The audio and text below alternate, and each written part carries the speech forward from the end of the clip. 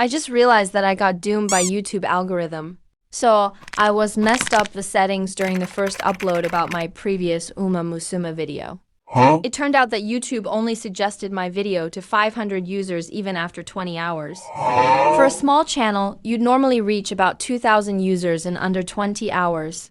But those 2,000 are still random, and roughly 50% of them aren't even in your target niche. That means the algorithm is still figuring out which viewers are the right fit for your channel. お邪魔します。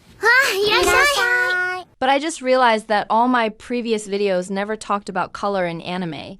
The algorithm knows I usually talk about camera shots and positioning.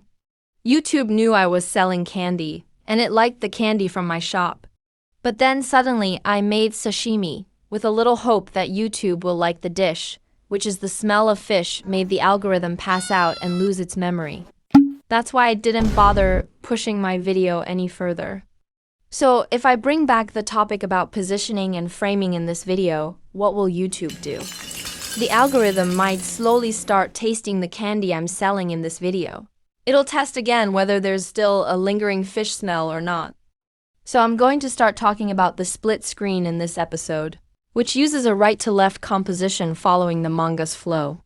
Yes, I talk about this often, and YouTube should really understand my videos. You can also see in this scene that Kagami, who wakes up earlier, is placed on the right side of the frame to follow the natural flow of the animation, which then transitions to Tsukasa, who is placed on the left. So, do you think our discussion has gotten fishy enough to trick the YouTube algorithm? The manga flow direction is based on how a mangaka imagines the key frame progression moving from the first panel to the last panel on a page. Because a mangaka is essentially a naturally born director.